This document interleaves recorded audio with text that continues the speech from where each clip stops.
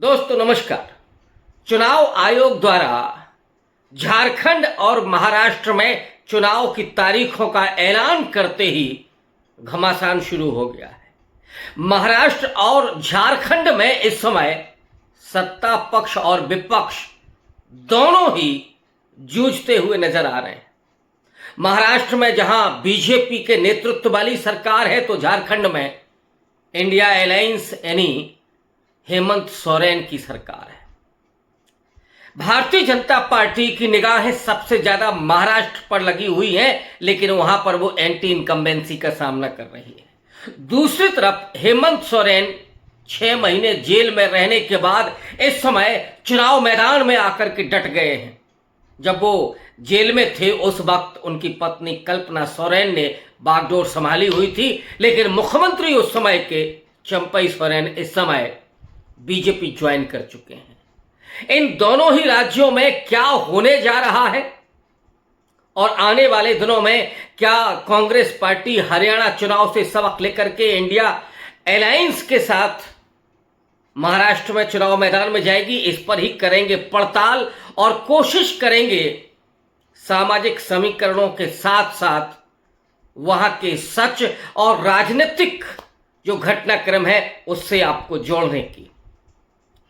महाराष्ट्र में आज अखिलेश यादव पहुंचे, नासिक प्रेस कॉन्फ्रेंस की, और उस प्रेस कॉन्फ्रेंस में अखिलेश यादव ने भारतीय जनता पार्टी के खिलाफ तीखे तेवर दिखाए। ये वो अखिलेश यादव हैं जो लोकसभा चुनाव के पहले मध्य प्रदेश में जब कमलनाथ ने कहा था कि कौन अखिलेश अखिलेश, उस समय आहत हुए थे और कांग्रेस पार्टी को उन्होंने आईना दिखाया था। वही अखिलेश जो हरियाणा में अहिरबाल इलाके में 2 सीटें मांग रहे थे, लेकिन भूपेंद्र सिंह हुड्डा ने कह दिया कि यहां किसी के लिए कोई जगह नहीं है। लिहाजा हरियाणा में जब कांग्रेस पार्टी चुनाव हार गई उस समय समाजवादी पार्टी ने उत्तर प्रदेश में अपने तेवर दिखाए और जो 9 विधानसभा के उपचुनाव होने जा रहा है वहां पर अपने प्रत्याशी घोषित कर दिए, लेकिन 2 सीटें उसने खाली रखी। पिछले दिनों 2-3 दिन पहले जब जम्मू कश्मीर में मुख्यमंत्री पद की शपथ ले रहे थे उमर अब्दुल्ला, उसमें इंडिया अलायंस के तमाम लोग पहुंचे हुए थे। राहुल गांधी के ठीक बगल में अखिलेश यादव थे। हाथ भी मिला, दिल भी मिला, बातचीत भी हुई, और उस बातचीत का नतीजा यह था कि आज जब अखिलेश यादव नासिक में थे उन्होंने भारतीय जनता पार्टी के बारे में जो कहा और हरियाणा चुनाव के बारे में कहा कि वहां पर भारतीय जनता पार्टी ने हारा हुआ चुनाव जीता है, एक तरह से चोरी की है, लोगों के मैंडेट को चुराया गया है। खोखा जैसे शब्द का उन्होंने इस्तेमाल किया कि खोखा के जरिए यानी पूरा धनबल के जरिए उस चुनाव को मैनेज करके जीता गया है। यानी ये वही भाषा है जो कांग्रेस पार्टी बोल रही है। इसका मतलब है कि जो लोग ये उम्मीद कर रहे थे कि इंडिया अलायंस में 2 फाड़ हो चुका है और उत्तर प्रदेश में इंडिया अलायंस पूरे तरीके से बिखर चुका है, वो आज सामने दिखा कि नहीं, अखिलेश यादव और राहुल गांधी की बॉन्डिंग कितनी मजबूत है। इनके बीच में प्रियंका गांधी एक बड़ा रोल अदा करती रही हैं। जब राहुल गांधी व्यस्त होते हैं तो अक्सर प्रियंका गांधी अखिलेश यादव के साथ बातचीत करके समाधान निकालती हैं, और ये अखिलेश यादव भी जानते हैं कि गांधी परिवार में कभी उनके लिए इनकार नहीं है, भले ही कमलनाथ हो या भूपेंद्र हुड्डा उन्हें सीट और सम्मान न दे। इसलिए हरियाणा में जो हुआ वो अब महाराष्ट्र में नहीं होगा, शायद ये कांग्रेस पार्टी ने समझ लिया है। और इसी के मद्देनजर जो महाराष्ट्र की 288 सीटों पर चुनाव होने जा रहा है, जहां एक तरफ महाविकास अघाड़ी है और दूसरी तरफ महायुति है जो सरकार में है, यानी बीजेपी, शिवसेना और एनसीपी। शिवसेना वो जो एकनाथ शिंदे ने तोड़ करके बनाई, अजित पवार एनसीपी को तोड़ करके ले गए, लेकिन महाविकास अघाड़ी की मजबूती इस समय ये है कि उसमें उद्धव ठाकरे हैं तो वयोवृद्ध शरद पवार जैसे अनुभवी नेता हैं, और दूसरी तरफ कांग्रेस पार्टी है। लेकिन अखिलेश यादव क्या वहां पर अपने एक दो प्रत्याशी लड़ाएंगे, ये आज की प्रेस कॉन्फ्रेंस से लगता है। और संभवतः महाराष्ट्र में कांग्रेस पार्टी कोई भी चूक नहीं करेगी। वो ये कोशिश करेगी कि यहां पर इंडिया अलायंस चुनाव लड़े, यहां पर सिर्फ 3 चुनावी राजनीतिक दल ना हो, बल्कि अगर समाजवादी पार्टी है तो वो भी चुनाव लड़े।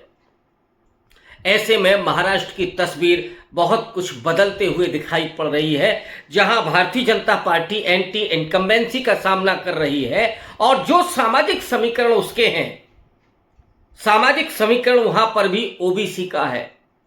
ओबीसी यानी पिछड़ा और उसमें अति पिछड़ा, ये दोनों को मैं जोड़ करके कह रहा हूं, चाहे वो धनगर हो, चाहे वो कुनबी हो या बंजारा समाज हो, लोहार हो, कुम्हार हो, नाई हो, तेली हो, ये तो तमाम जातियां हैं।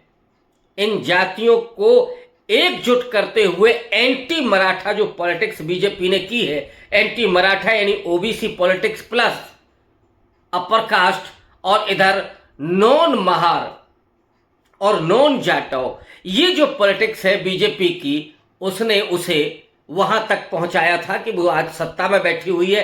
हालांकि यह ध्यान दीजिएगा कि पिछला जो चुनाव था 2019 का, उसमें जीत महाविकास आघाड़ी को मिली थी, लेकिन दोनों ही पार्टियों को तोड़ करके शिवसेना और एनसीपी को पूरे मैंडेट को हाईजैक किया गया, चुराया गया और उसके वास्तुकार थे बीजेपी के चाणक्य यानी अमित शाह।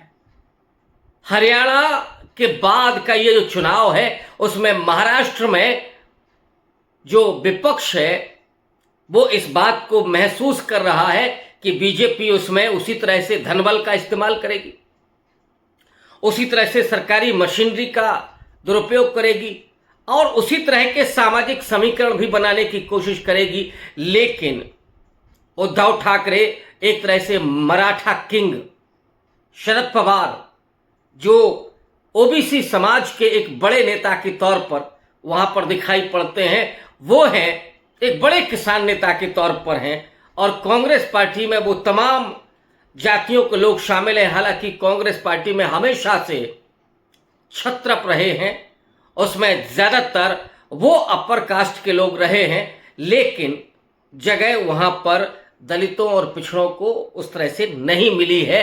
एक ये कमजोर कड़ी है कांग्रेस पार्टी की और पूरे देश में ये कमजोर कड़ी है। भले ही मल्लिकार्जुन खड़गे राष्ट्रीय अध्यक्ष हैं, लेकिन आजादी के 75 साल के बाद जहां डेमोक्रेसी पहुंच चुकी है, उस डेमोक्रेसी में जो कमजोर जातियां हैं, जो हाशिए पर खड़ी हुई जातियां हैं, उनके भीतर ये चेतना पैदा हो रही है कि उन्हें भी प्रतिनिधित्व मिले, भागीदारी मिले। और इसलिए उनके भीतर की लीडरशिप है, जो अपेक्षाएं हैं, जो उम्मीदें हैं, वो बहुत तेजी से सामने आ रही। उस एस्पिरेशन को भुनाने की कोशिश कांग्रेस पार्टी को करनी होगी। हालांकि इसमें ज्यादा सेंधमारी बीजेपी कर ले जाती है और सामाजिक समीकरणों के जरिए, प्लस उसके पास वो ईवीएम से लेकर के और ढेर सारा तामझाम तो है ही, उसके जरिए वो चुनावों को मैनेज करती है। तो ये बड़ी चुनौती होगी और अखिलेश यादव के पहुंचने से एक बड़ा काम ये होगा कि उस महाराष्ट्र में ओबीसी जो पॉलिटिक्स है, जिस पर एक तरह से कब्जा जमा करके रखना चाहती है बीजेपी और वो मैसेज देती है कि ये हम मराठा के खिलाफ एक तरह की पॉलिटिक्स कर रहे हैं। अखिलेश यादव उत्तर प्रदेश में पीडीए फॉर्मूला पर काम कर रहे हैं। भले ही उन्होंने अपना जब विधान नेता प्रतिपक्ष माता प्रसाद पांडे को बनाया तो उन्हें कड़ी आलोचना का सामना करना पड़ा, लेकिन अब फिर से वो सध करके चुनावी बैटिंग कर रहे हैं और इस समय जो टिकट उन्होंने दिए हैं वो सारे के सारे टिकट पीडीए फॉर्मूला पर दिए हैं। तो एक बार फिर से उसी फॉर्मूले पर अखिलेश यादव चल निकले हैं, जिस फॉर्मूले की वजह से उनकी लोकसभा में सबसे बड़ी जीत हुई थी, माने उनके इतिहास की सबसे बड़ी जीत हुई थी। 37 सीटें वो लेकर के आए थे और बीजेपी को उसके अपने गढ़ में शिकस्त दी थी। उसमें बड़ी भूमिका संविधान को बचाने के उस मुहिम की थी, जिसमें इंडिया अलायंस आया था और दलितों ने, अति पिछड़ों ने, सब ने एकजुट होकर के, मुसलमानों ने, सब ने एकजुट होकर के इंडिया अलायंस को वोट किया था। अखिलेश यादव और समाजवादी पार्टी की जो छवि इधर निखर करके आ रही है कि अखिलेश यादव पिछड़ा और दलित पॉलिटिक्स कर रहे हैं, माइनॉरिटी पॉलिटिक्स कर रहे हैं उसका ये लाभ मिल रहा है। और ये लाभ सिर्फ उन्हें ही नहीं, महाराष्ट्र में भी इंडिया अलायंस को यानी महाविकास आघाड़ी और समाजवादी पार्टी को जोड़ती है तो उसको मिल सकता है। इसको समझने की जरूरत है और मुझे लगता है कि राहुल गांधी ने इस बात को महसूस कर लिया है कि कोई भी इस तरह का मैसेज नहीं छोड़ना है कि जिसके बिना पर बीजेपी कहीं अपर हैंड ले, बीजेपी को कोई पॉलिटिकल फायदा हो। तो कोई ऐसा मौका राहुल गांधी छोड़ते हुए नहीं दिख रहे हैं। और आज अखिलेश यादव ने जो संतुलित बयान दिया है और अटैक किया है बीजेपी पर, वो दिखाता है कि कोई कन्फ्लिक्ट आपस में नहीं है और एकजुट होकर के इंडिया अलायंस महाराष्ट्र में चुनाव लड़ने जा रही है। दूसरा मुद्दा झारखंड का है। 81 सीटों पर विधानसभा का चुनाव होना है।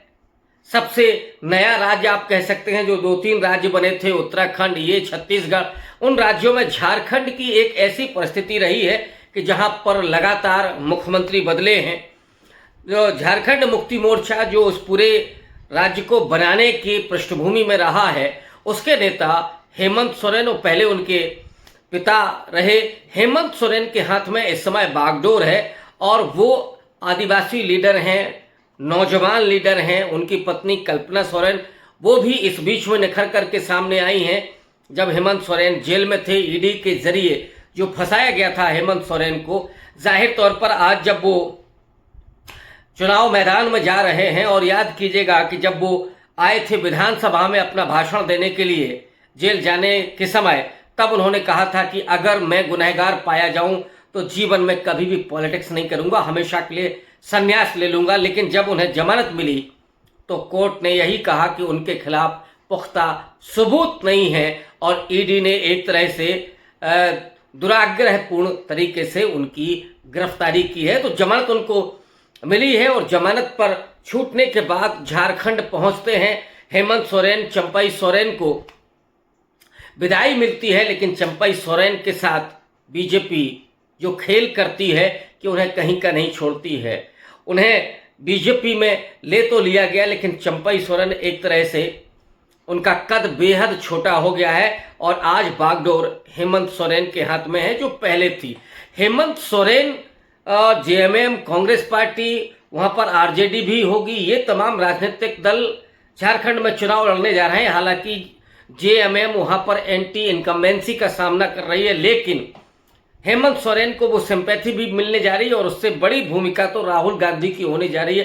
राहुल गांधी कल झारखंड पहुंच रहे हैं और झारखंड में 2 जगहों पर उनके भाषण होंगे, उनका कार्यक्रम है। एक तरफ तो संविधान सम्मान सम्मेलन है और दूसरी तरफ वो तमाम सामाजिक संगठनों से मुलाकात करेंगे, उनके नेताओं से मुलाकात करेंगे। आपको याद होगा कि कर्नाटक के चुनाव में तमाम सामाजिक संगठनों ने बड़ी भूमिका अदा की थी, जिसमें कांग्रेस पार्टी को जीत मिली थी। राहुल गांधी उन तमाम संगठनों के साथ, संस्थाओं के साथ बैठकर के बातचीत करेंगे।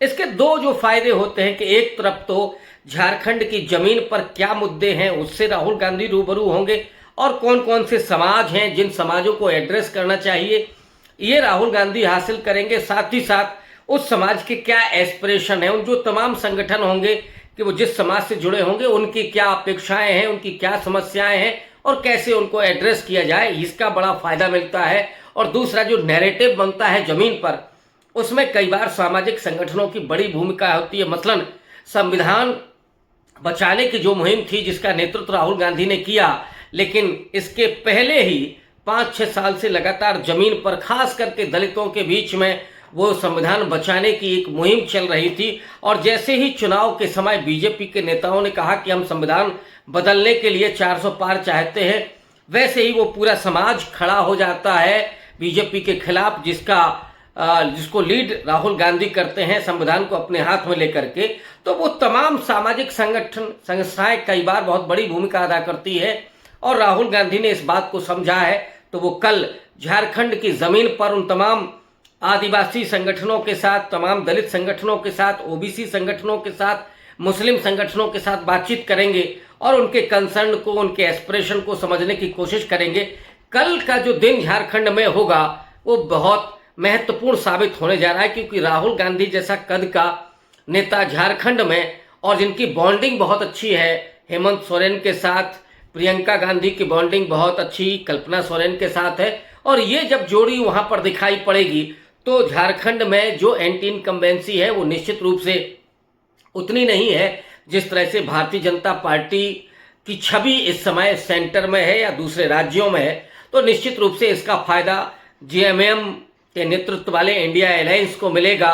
देखना यह है कि कल राहुल गांधी किन मुद्दों को उठाते हैं। निश्चित रूप से अभी हम अनुमान कर सकते हैं कि झारखंड में राहुल गांधी आदिवासियों के मुद्दे को उठाएंगे, और राहुल गांधी पिछले 2 साल से जब से उन्होंने भारत जोड़ो यात्रा की है तब से वो इस मुद्दे को उठाते रहे हैं, और वो पहले नेता हैं जिन्होंने कहा है कि आदिवासी इस देश के पहले मालिक हैं, उनके जल जंगल जमीन पर उनके अधिकार होने चाहिए। साथ ही साथ उन्होंने ये भी कहा है कि राजनीतिक रूप से भी आदिवासियों को आगे आना चाहिए, उनके अधिकार, उनका एजेंडा, उनका सम्मान का सवाल और साथ ही साथ उनके भागीदारी का सवाल भी बहुत महत्वपूर्ण है। अब देखना यह है कि राहुल गांधी अपने संगठन में आदिवासियों को कितनी जगह देते हैं, उनकी भागीदारी कितनी बढ़कर के सामने आती है, ये भी हम लोग देखेंगे। लेकिन कल का भाषण बेहद महत्वपूर्ण साबित होने जा रहा है राहुल गांधी का, और झारखंड में वो एक बड़ा प्रभाव पैदा कर सकता है। राहुल गांधी की कल की यात्रा देखना होगा कि चुनाव जब और नजदीक आएगा तो किस तरह से परिस्थितियां झारखंड में बनती हैं और बदलती हैं। महाराष्ट्र में क्या होता है इसको भी हम लोग देखेंगे और आप तक लगातार इन मुद्दों को पहुंचाते रहेंगे। बहुत शुक्रिया, धन्यवाद।